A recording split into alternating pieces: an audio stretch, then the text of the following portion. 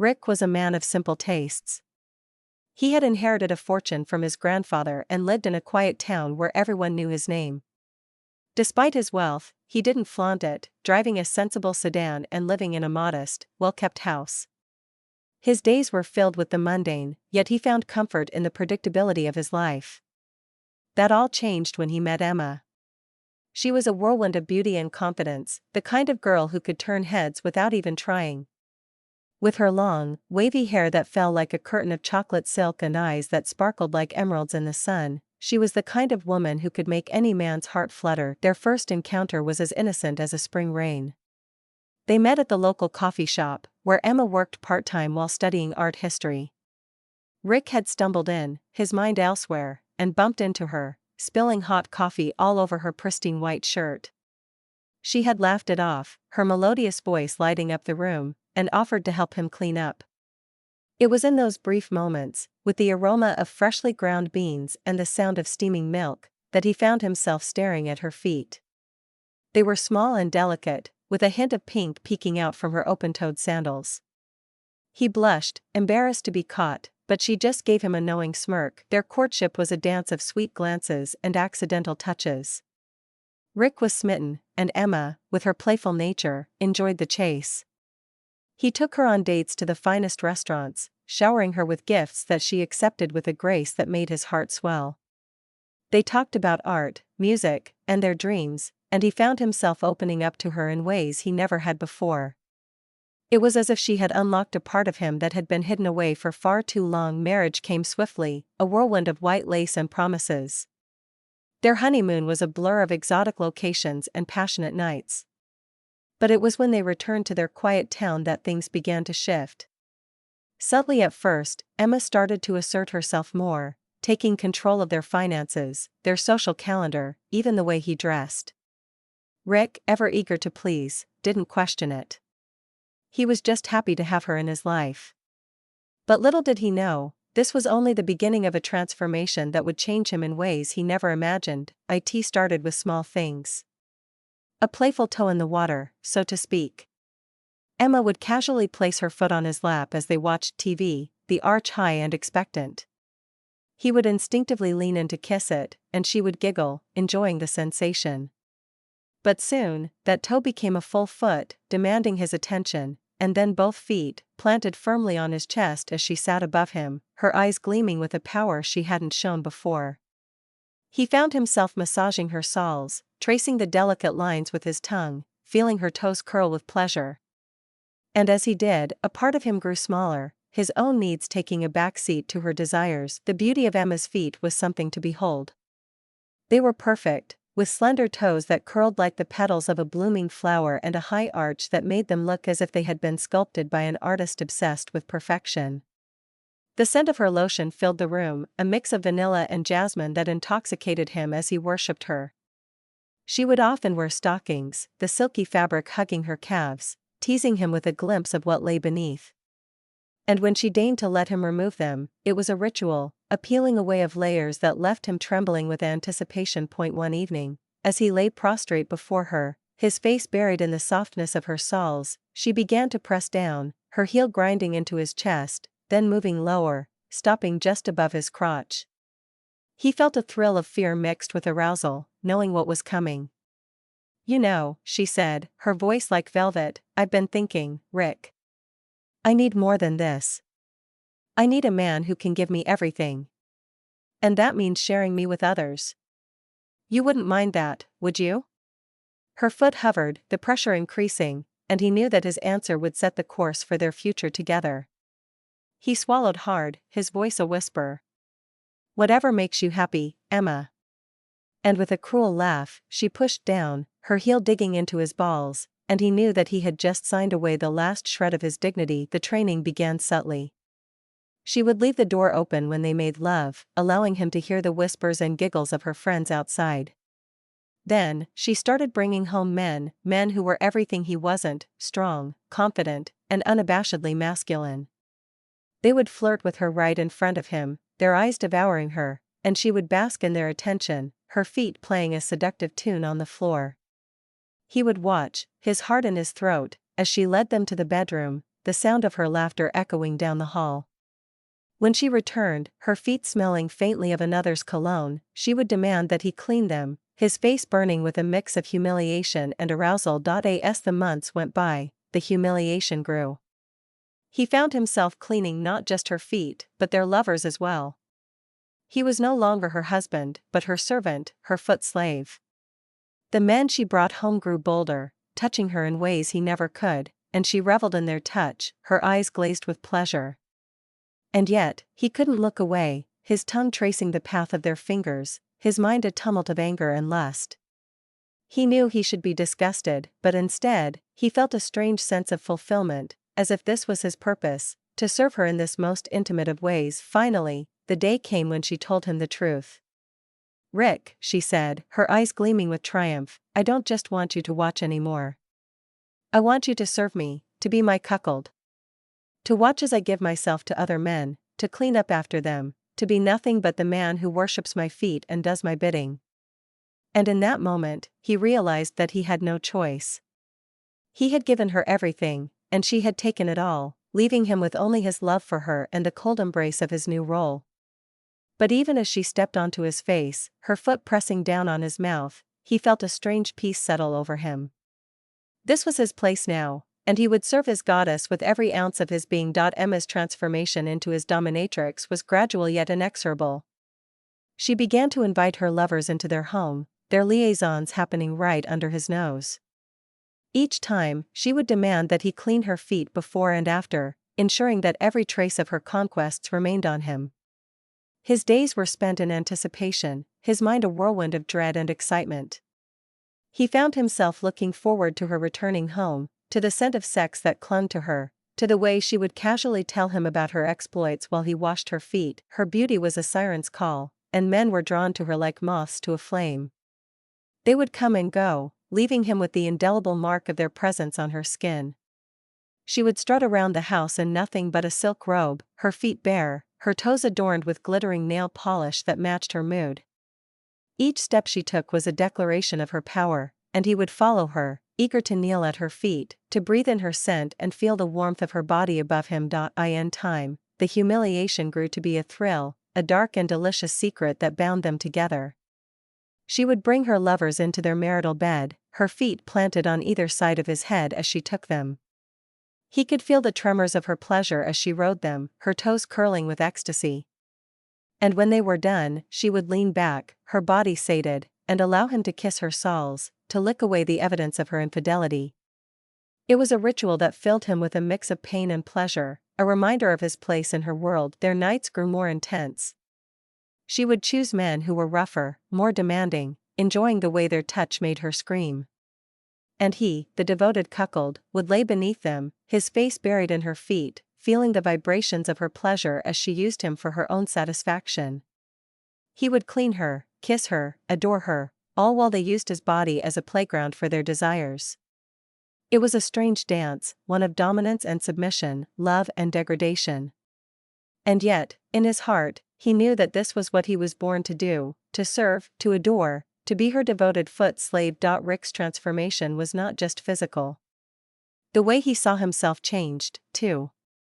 He took to wearing a collar around the house, a silent symbol of his subservience.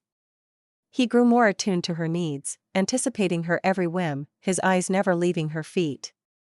He took pride in keeping her soles pristine, her toes pampered. He would massage them with oils, painting her nails in vibrant colors that matched her mood, and then he would kiss each one, feeling the power of her dominance thrumming through his body. Emma reveled in her new role as his goddess. She would sit on her throne, a chair she had picked out especially for this purpose, her feet resting on his back as she held court with her friends. They had no idea what happened behind closed doors, but they could see the change in him. The way he hovered around her, eager to please, a stark contrast to the shy, unassuming man they had once known. He was a different person now, one who found his worth in her satisfaction.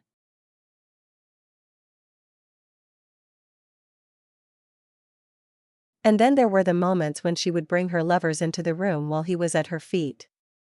They would laugh, mocking him as he licked the sweat and grime from her soles.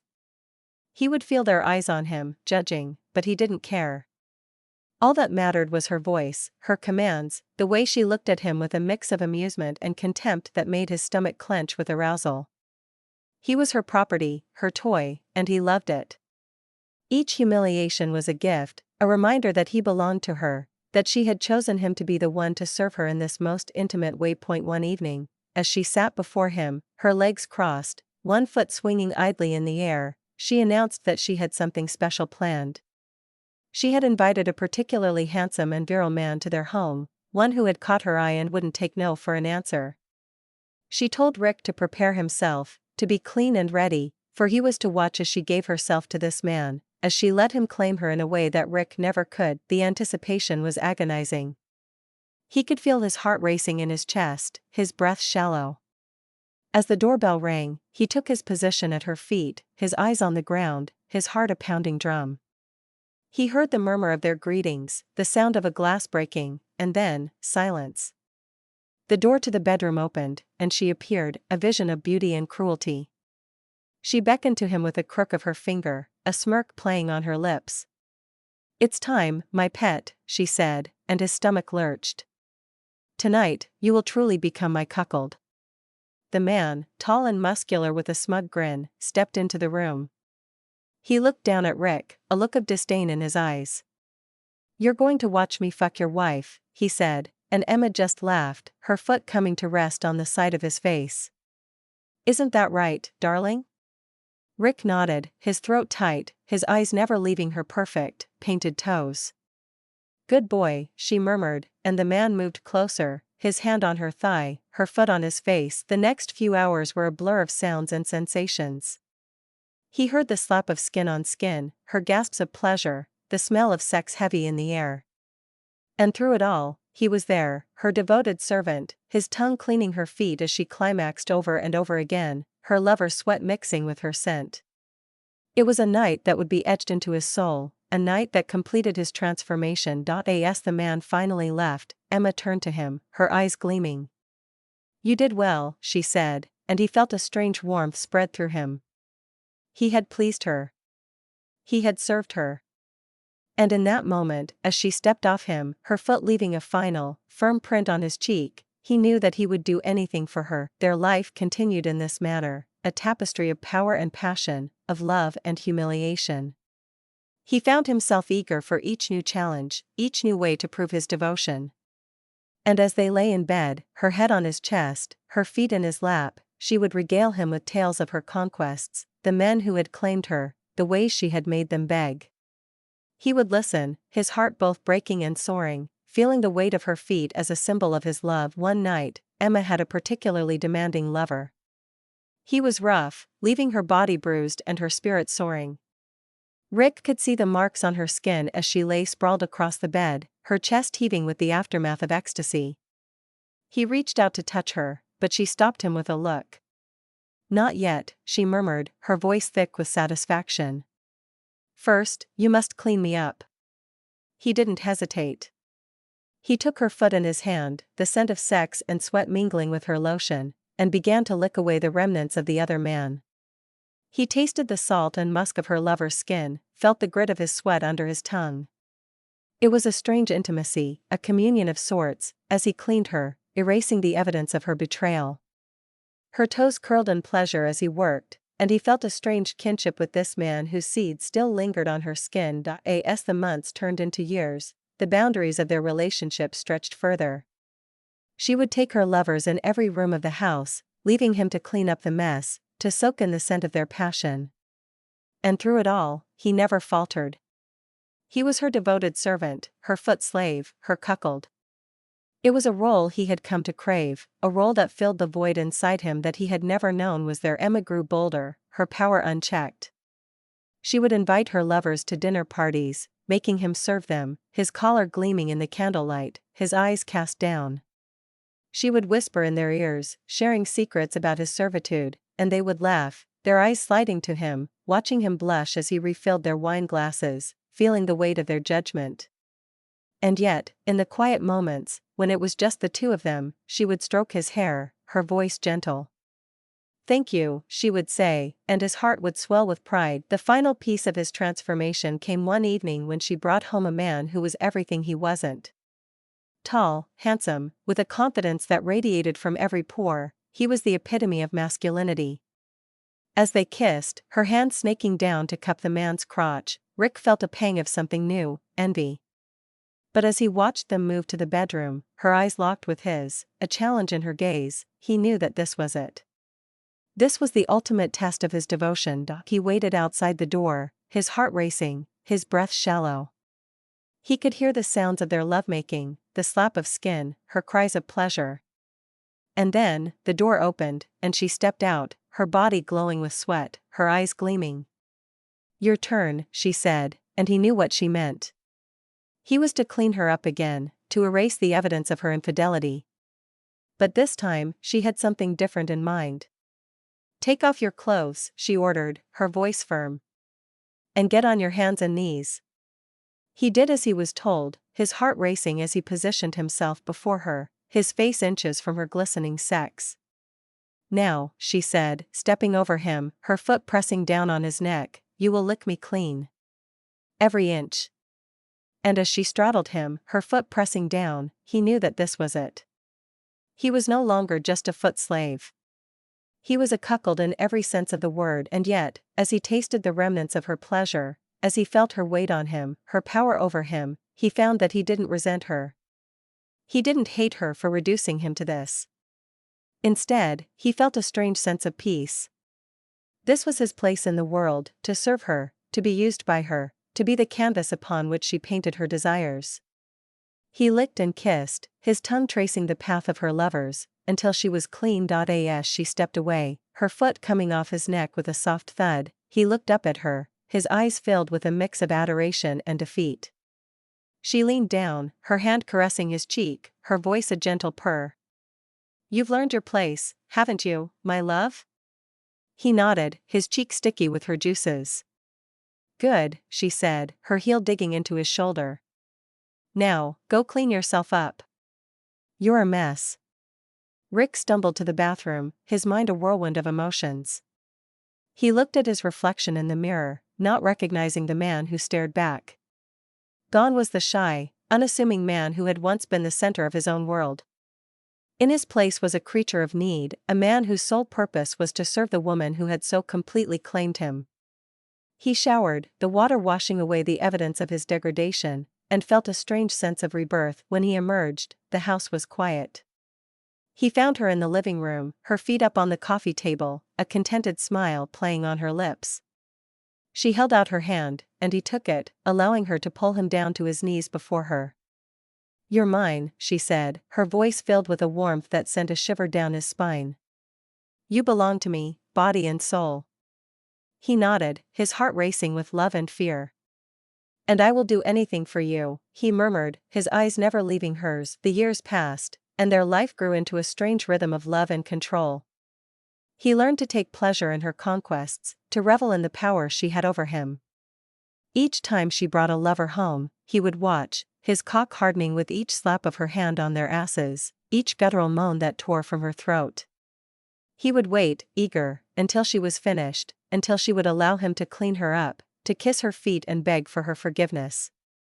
And each time, she would give it, her eyes filled with a love that was as fierce as it was twisted. Their relationship became the talk of the town, whispers and glances following them wherever they went. But they didn't care. They had each other, a bond that was unbreakable, forged in the fires of passion and power. And at the center of it all were her feet, her beautiful, perfect feet, which had become the symbol of their love. He would kneel before her, his eyes on the floor, and feel the weight of her foot on his head, a silent declaration of her dominance. One evening, as he knelt at her feet, she leaned down, her hand stroking his hair. "I have a surprise for you," she whispered, her breath warm on his skin. "I'm going to have a baby." His heart stopped. A child, a piece of her that was his. It was a gift he had never dared to hope for. "And you," she said, her foot pressing down harder, "you will raise it as your own, knowing that it's not yours. You will serve me, serve us, without question." The thought filled him with a strange mix of pride and pain. He was her cuckold, her servant, and now, he would be a father to a child that wasn't his. But as he felt her toes dig into his scalp, he knew that it didn't matter. All that mattered was her happiness, her satisfaction. He looked up, his eyes filled with love and devotion. "Yes, goddess," he murmured. "I will do anything for you." And with that, their life together took on a new dimension, a new level of complexity. The baby grew in her womb, and with it, his love for her grew stronger. He would watch her feet swell, the arches disappearing beneath the weight of the life she carried. And he would kneel, his hands cradling her ankles, and whisper sweet nothings to the tiny being that grew within her. When the child was born, he was there, kneeling beside the bed, his eyes never leaving hers. He watched as she took her first breaths, her tiny toes wiggling in the air. And as he held her, he knew that this was his life now, a life of service and love. A life where his greatest joy was to serve the woman who had so completely claimed him, the woman who had made him her devoted cuckold, her foot slave, her everything. He took care of the baby, changing her diapers, feeding her, and soothing her cries, all while Emma basked in the glow of new motherhood. He felt a strange sense of pride as he watched her, his heart swelling with love for both his goddess and the child who was a testament to her power over him. The whispers grew louder, the glances more pointed, but he didn't care. This was his world, his purpose, and he wore his collar with a strange sense of satisfaction. As the baby grew, so too did his love for her. He saw in her the beauty of Emma, the spark in her eyes, the curve of her smile. And he knew that she was his in the only way that mattered, through his love and service to her mother. He would watch, his heart in his throat, as Emma would bring her lovers home, her eyes gleaming with excitement. And he would wait, his stomach in knots, until she was done, until she would allow him to clean her up, to kiss her feet and beg for her love. And yet, amidst the darkness of his servitude, there were moments of tenderness. Moments when she would look at him, her eyes soft, and he would see the girl he had once known, the girl who had captured his heart with a laugh and a playful toe. He would hold her, their baby cooing in her arms, and he would feel a warmth that was more profound than any humiliation could ever be. It was a love that transcended the bounds of what was normal, what was expected. It was a love born of submission and power, of need and fulfillment, but it was a love that could never be fully realized, not in the way he dreamed. For she was his goddess, and he was her devoted servant. And so, he continued to serve, to worship, to clean her feet and watch her with others. And with each passing day, his love grew, a love that was as deep and as dark as the night sky, filled with stars he could never reach but that guided him through the endless expanse of his existence. The years went on, and the child grew, a mirror of Emma's beauty, her eyes a reflection of the men who had claimed her mother. He watched her with a mix of pride and fear, knowing that one day she would understand the truth of their unorthodox family. And yet, as he saw the way she looked at him, the way she clung to him when she was scared, he knew that she saw him as her father, her protector. And so, he continued to serve, to love, to live for the moments when he could kneel before his goddess and feel the weight of her foot on his head, her love a balm to the wounds she so expertly inflicted. In the quiet of the night, as he lay in bed, her foot pressed down on his chest, he would dream of a different life. A life where he was more than just her cuckold, more than just her servant. But as the light of day broke through the windows, he knew that this was the only life he would ever truly know. And with a sigh, he would kiss her toes, feeling the warmth of her skin, and whisper, "Thank you, goddess," for she had given him a purpose, a reason to live. And in that moment, as her foot tightened on his chest, he knew that he was home, in the only place he had ever truly belonged, at her feet.